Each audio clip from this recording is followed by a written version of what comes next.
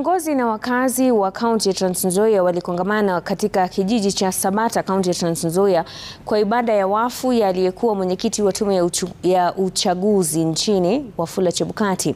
Waliohudhuria hafla hiyo ya maombi walimtaja marehemu kama ambaye alikuwa na msimamo thabiti na kurejelea matukio tata ya uchaguzi uliopita. Chebukati atazikwa hapo kesho kwenye hafla ambayo familia yake imepiga marufuku siasa. Collins Shitiabai anaarifu. Viongozi mbalimbali walifika katika boma la marehemu Wafula Chebukati katika kijiji cha Sabata, kaunti ya Trans Nzoia, kumpa mwenda zake mkono wa buriani na kutoa rambirambi zao kwa familia. Ibada ya wafu ikiongozwa na familia yake. You heard that my father-in-law requested that there should be no politics. I know it's going to be very difficult to say no politics, but it is easy to say let us do politics ya nini, ya maendeleo. Waliofanya naye kazi pia wakipata fursa ya kutoa rambirambi zao, wakikumbuka matukio ya mambo walipokuwa wakifanya kazi pamoja.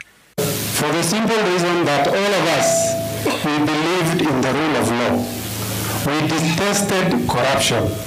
And more importantly, all the three of us, we were brave. We didn't fear power.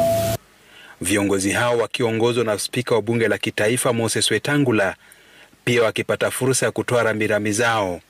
Matukio ya uchaguzi uliopita na handshake ya hii leo zikizungumziwa. Friend, this was a clean man. Na nikuambie, nimeona watu wengine wanasema Azimio ati walituibia kura. Na ule ambaye mnasema aliibiwa kura leo wamesalamiana na rais. Sasa mtaambie nini watu? Unajua mambo ya Mungu ni ya maajabu sana. Sababu wale wanaume wawili ambao walikuwa wanapigana wakafanya, wengine wakampenda Chebukati sana na wengine wakamuingilia sana. Siku ya leo kabla mzee wetu azikwe wamekuja pamoja, wamesalimiana. Mazishi ya mwenda zake Wafula Chebukati itaandaliwa hapo kesho, huku Rais William Ruto akitarajiwa kuwa miongoni mwa waombolezaji ambao watahudhuria ibada hiyo. Kutoka kwangu hapa katika kijiji cha Sabata, kaunti ya Trans Nzoia, mimi ni Collins Shitiabai.